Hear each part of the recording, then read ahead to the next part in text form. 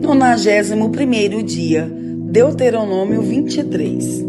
Moisés disse ao povo: nenhum homem castrado ou que tenha um membro cortado poderá fazer parte do povo de Deus, o Senhor.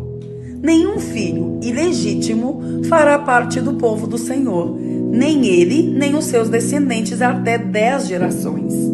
Nenhum amonita ou moabita, até a 10ª geração, fará parte do povo de Deus, o Senhor. Eles ficarão de fora porque, quando vocês estavam saindo do Egito, eles não lhes deram comida nem água. E também porque pagaram Balaão, filho de Beor, da cidade de Petor, na Mesopotâmia, para amaldiçoar vocês. Mas o Senhor, nosso Deus, não atendeu o pedido de Balaão. Pelo contrário, Deus virou a maldição em bênção porque ama vocês. Nunca façam coisa alguma para o bem ou proveito desses povos. Não desprezem os edomitas, pois eles são seus parentes. Nem desprezem os egípcios, pois vocês viveram como estrangeiros na terra deles. Dos netos em diante, os descendentes dos edomitas e dos egípcios que morarem na terra de vocês poderão fazer parte do povo de Deus. Quando estiverem acampados durante uma guerra, procurem evitar qualquer coisa que os torne impuros. Se durante a noite alguém ficar impuro por causa da perda de esperma, sairá do acampamento de manhã. À tarde, tomará um banho e ao pôr do sol poderá voltar ao acampamento. Arranjem um lugar fora do acampamento, onde poderão fazer necessidade. Junto com as suas armas, levem uma pá e antes de fazer necessidade, cavem um buraco e depois cubram as fezes com terra. O Senhor nosso Deus está presente no acampamento com vocês, para protegê-los e para fazer com que vocês derrotem os inimigos. Portanto, conservem o acampamento puro, a fim de que Deus não encontre nele nenhuma coisa que o ofenda, para que ele não os abandone e vá embora. Se um escravo fugir do dono e vier pedir que você lhe dê proteção, não o entregue ao dono. Ele deverá ficar morando em qualquer cidade israelita que quiser e não poderá ser maltratado. Nenhum israelita, mulher ou homem, praticará prostituição nos templos pagãos. O dinheiro ganho desse modo não poderá ser levado ao templo do Senhor para pagamento de uma promessa feita ao Senhor nosso Deus. Deus detesta esse dinheiro. Não cobrem juros quando emprestarem dinheiro, comida ou qualquer outra coisa a um israelita. Vocês poderão cobrar juros dos estrangeiros, mas não cobrem de outro israelita, para que o Senhor nosso Deus abençoe tudo o que vocês fizerem na terra que vai ser de vocês. Quando você fizer uma promessa ao Senhor nosso Deus, não demore a cumpri-la. Deus exige que a promessa seja cumprida, e é pecado deixar de fazer aquilo que você prometeu. Não é pecado deixar de fazer uma promessa a Deus, mas se você, por vontade própria, fizer uma promessa, então deverá cumpri-la sem falta. Quando estiver andando num caminho que atravessa a plantação de uvas de um israelita, você poderá comer todas as uvas que quiser, porém, não carregue uvas num cesto.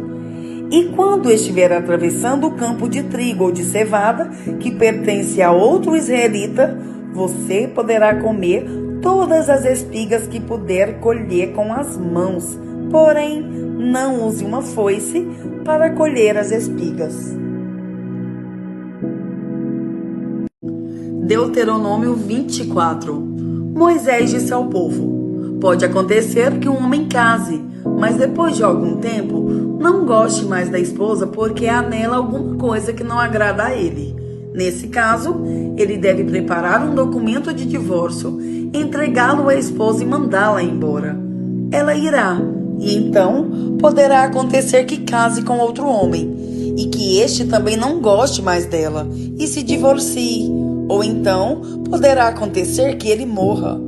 Em qualquer um desses casos, o primeiro marido não poderá casar de novo com essa mulher. Ela é impura para ele. Casar de novo com ela seria uma ofensa contra Deus, o Senhor. Portanto, não deixe que se cometa um pecado tão grave assim na terra que o Senhor nosso Deus lhes está dando para ser de vocês. Um homem que tenha casado há pouco tempo ficará livre por 1 ano do serviço militar e de qualquer outro serviço público. Ele tem o direito de ficar em casa 1 ano, fazendo com que a sua esposa se sinta feliz. Quando você emprestar alguma coisa a alguém, não aceite como garantia de pagamento as 2 pedras de moinho que ele usa para moer o trigo, e não pegue nem mesmo só a pedra de cima, pois, se ele não tiver as 2, não poderá moer o trigo e assim morrerá de fome. Se alguém raptar outro israelita e obrigá-lo a ser seu escravo ou vender, esse criminoso será morto. Assim, vocês tirarão o mal do meio do povo de Israel. Se você ficar com uma doença contagiosa da pele, siga com todo cuidado as instruções dos sacerdotes levitas. Obedeça a todas as ordens que eu dei a eles. Não esqueça aquilo que o Senhor nosso Deus fez com Miriam quando estavam saindo do Egito. Quando vocês emprestarem alguma coisa a outro israelita e ele prometer como garantia de pagamento a capa de dormir, não entre na casa dele a fim de pegar a capa, mas espere lá fora até que ele a traga para você. Se ele for pobre, não fique com a capa durante a noite. Devolve-a ao dono antes do pôr do sol, para que a use como cobertor. Ele ficará agradecido, e você terá feito aquilo que o Senhor nosso Deus acha certo. Não explore um empregado pobre e humilde, que é pago por dia, seja ele israelita ou um estrangeiro que mora na cidade onde você vive.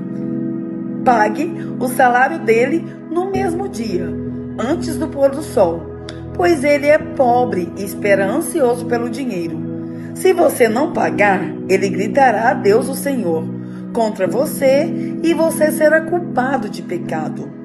Os pais não serão mortos por causa de crimes cometidos pelos filhos, nem os filhos por causa de crimes cometidos pelos pais.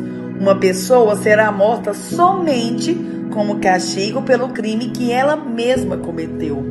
Respeitem os direitos dos órfãos e dos estrangeiros que moram na cidade de vocês. Não aceitem como garantia de pagamento de uma dívida a roupa da viúva a quem vocês emprestaram alguma coisa. Lembrem que vocês foram escravos no Egito e que o Senhor nosso Deus os tirou dali. Por isso, eu exijo que obedeçam a essa lei. Pode acontecer que na colheita do trigo ou da cevada, você esqueça de pegar um feixe de espigas. Nesse caso, não volte para pegá-lo, mas deixe-o lá no campo para os estrangeiros, para os órfãos e para as viúvas. Assim, o Senhor nosso Deus abençoará tudo o que você fizer.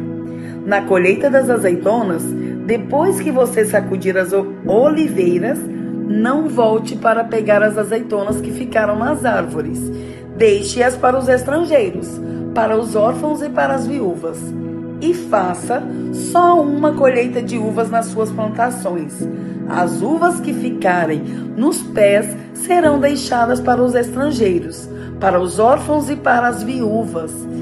Lembrem que vocês foram escravos no Egito. É por isso que eu exijo que obedeçam a essa lei.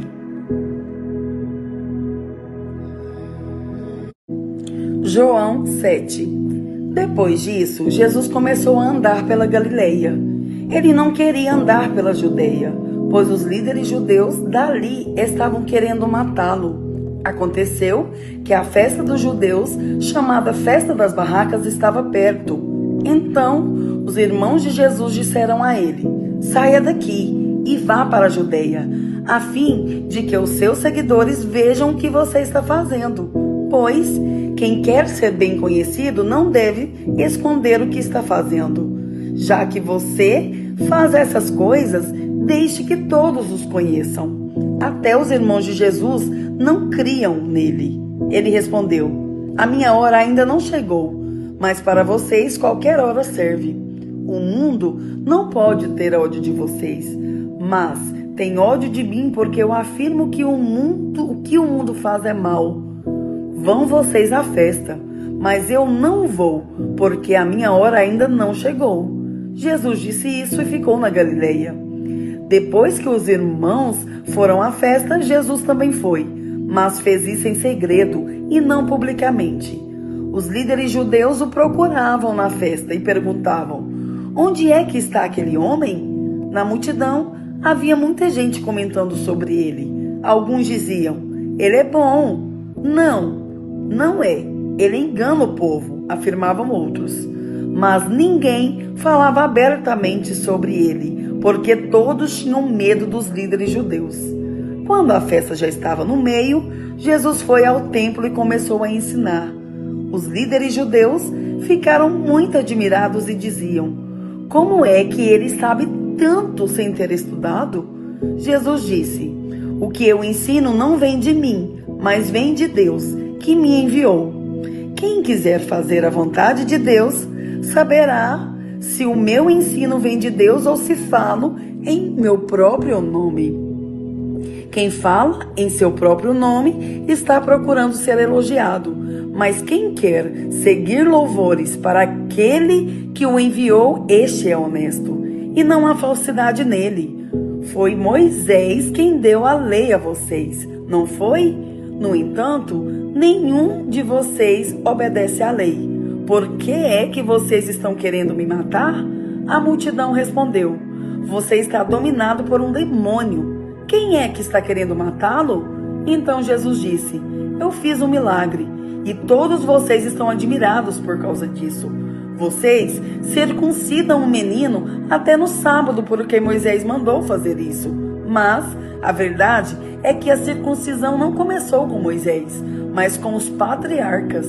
Para não deixarem de cumprir a lei de Moisés, vocês circuncidam um menino mesmo no sábado.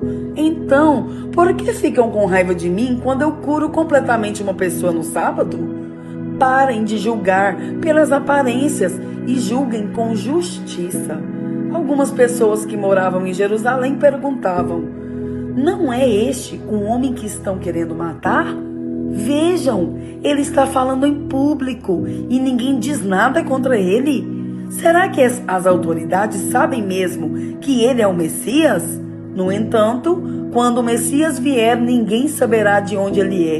E nós sabemos de onde este homem vem. Quando estavam ensinando no pátio do templo, Jesus disse bem alto: será que vocês me conhecem mesmo e sabem de onde eu sou? Eu não vim por minha própria conta. Aquele que me enviou é verdadeiro, porém, vocês não o conhecem. Mas eu conheço porque venho dele e fui mandado por ele.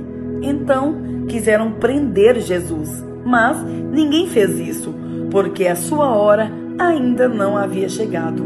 Porém, muitas pessoas que estavam na multidão creram nele e perguntavam: quando o Messias vier, será que vai fazer milagres maiores do que este homem tem feito? Os fariseus ouviram a multidão comentando essas coisas sobre Jesus. E por isso, eles e os chefes dos sacerdotes mandaram guardas para o prenderem. Jesus disse: eu vou ficar com vocês só mais um pouco, e depois irei para aquele que me enviou. Vocês vão me procurar e não vão me achar, pois não podem ir para onde eu vou. Então, os líderes judeus começaram a comentar: para onde será que ele vai, que não podemos achar? Será que ele vai morar com os judeus que moram no estrangeiro? Será que vai ensinar os não-judeus?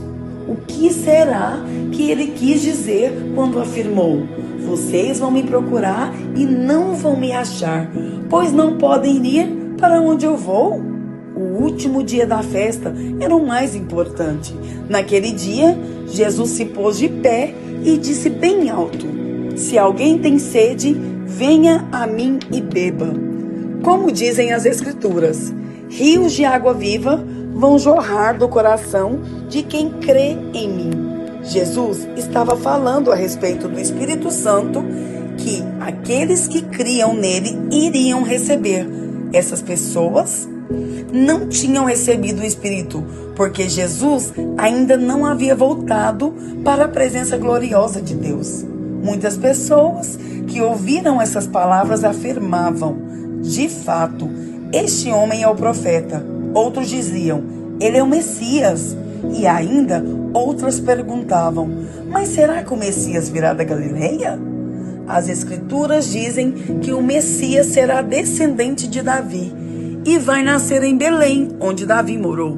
Então o povo se dividiu por causa dele. Alguns queriam prender Jesus, mas ninguém fez isso. Os guardas voltaram para o lugar onde estavam os chefes dos sacerdotes e os fariseus, e eles perguntaram: por que vocês não trouxeram aquele homem? Eles responderam: nunca ninguém falou como ele. Então os fariseus disseram aos guardas: será que vocês também foram enganados? Por acaso alguma autoridade ou algum fariseu creu nele? Essa gente que não conhece a lei está amaldiçoada por Deus. Mas Nicodemos, que era um deles e que certa ocasião havia falado com Jesus, disse: de acordo com a nossa lei, não podemos condenar um homem sem ouvi-lo primeiro e descobrir o que ele fez. Por acaso, você também é da Galileia? Perguntaram eles. Estude as Escrituras Sagradas e verá que da Galileia nunca surgiu um profeta. Depois, todos foram para casa.